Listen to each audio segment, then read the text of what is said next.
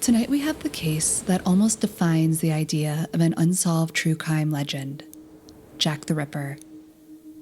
Even people who don't follow mysteries usually recognize the name.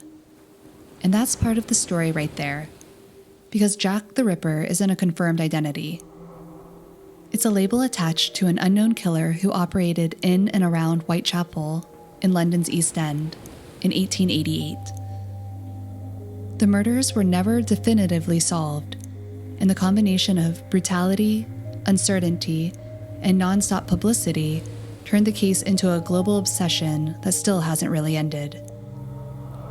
The baseline facts start with place and time. Whitechapel in the late 19th century is repeatedly described as overcrowded and impoverished, with intense social strain. For many women in the area, sex work was tied with survival in unstable housing, and that vulnerability is a key reason the murders produced such fear, because they felt both targeted and, at the same time, terrifyingly random. The panic also fed into existing tensions in the neighborhood, including waves of xenophobia and anti-Semitism, with authorities at times worried about unrest and riots. Police records from the period often talk about the Whitechapel murders, a broader set of 11 killings from 1888 to 1891. But when most people say Jack the Ripper, they mean a tighter cluster in 1888, what's commonly called the Canonical Five. Those victims and their dates are usually listed as Mary Ann Nichols on August 31st, Annie Chapman on September 8th, Elizabeth Stride on September 30th, Catherine Eddowes also on September 30th, and Mary Jane Kelly on November 9th. The canonical label sounds definitive, but it isn't. Even the basic question, how many of these murders were committed by the same person, remains debated. The cases are linked by repeated descriptions of a similar pattern of violence, including throat cutting and severe mutilation focused on the abdomen, and in some instances the removal of organs. But the fact that these crimes occurred within a larger environment of violence and desperation opens the door to alternative explanations. One killer, multiple killers, copycats, or a series of crimes that only later got packaged into a single narrative. The investigation itself was split across jurisdictions. Some murders fell under the Metropolitan Police in Whitechapel and surrounding areas, while others, most famously Catherine Eddowes, brought in the City of London Police because of where the body was found. Both forces conducted extensive efforts for the era: house-to-house inquiries, interviews, detentions, and attention paid to certain occupations, like butchers and slaughterhouse workers, because of the nature of the wounds. And yet, the case struggled against structural problems that no amount of Victorian legwork could fully overcome. These murders happened long before modern forensic methods.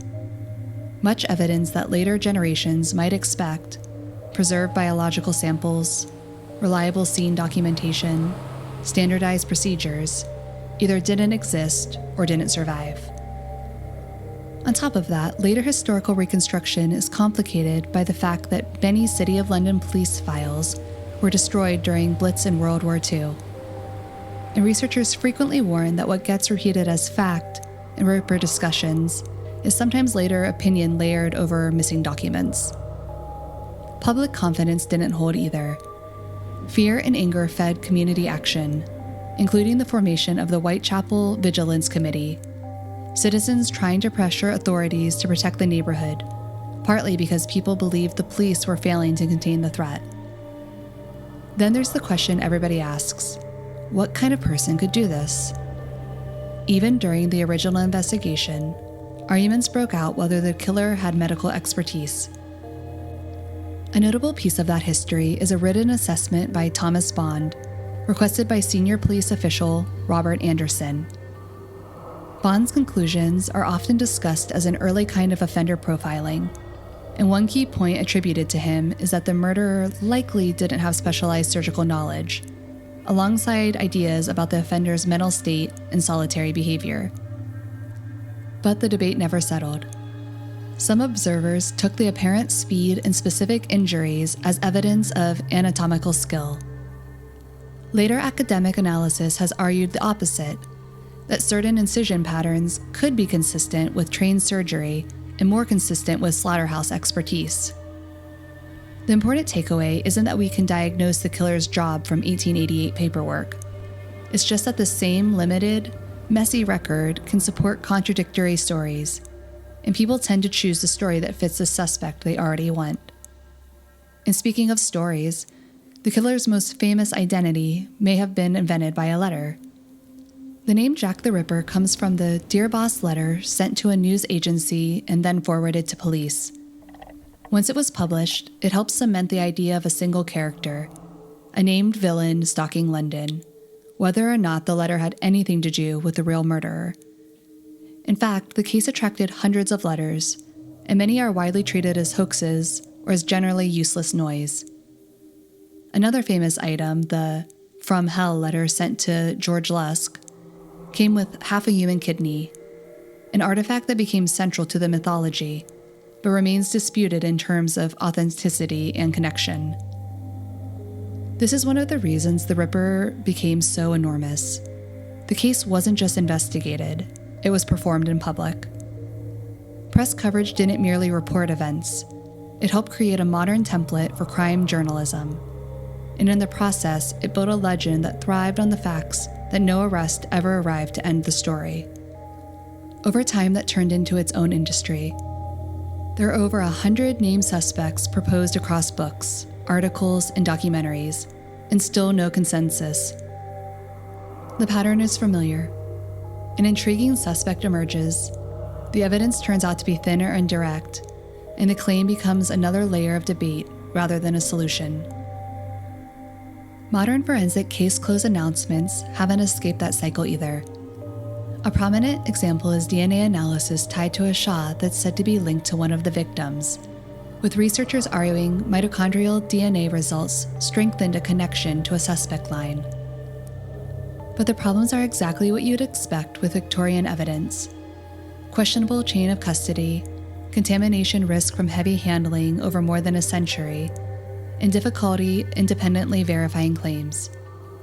In fact, the scientific publication around that Shah analysis later received an expression of concern, an unusually clear reminder that sensational conclusions can outpace reliable methodology. Even today, the afterlife of the case sparks conflict. Jack the Ripper has appeared in modern notoriety polls. One BBC report even noted he was voted the worst Briton in a historical magazine poll, showing how the killer's legend has drifted into cultural symbolism. And tourism keeps reopening ethical questions, like the controversy surrounding the Jack the Ripper Museum in London, criticized by locals and commenters as exploitative and misleading, especially in how it frames violence against vulnerable women as an attraction. The Jack the Ripper case is a perfect storm.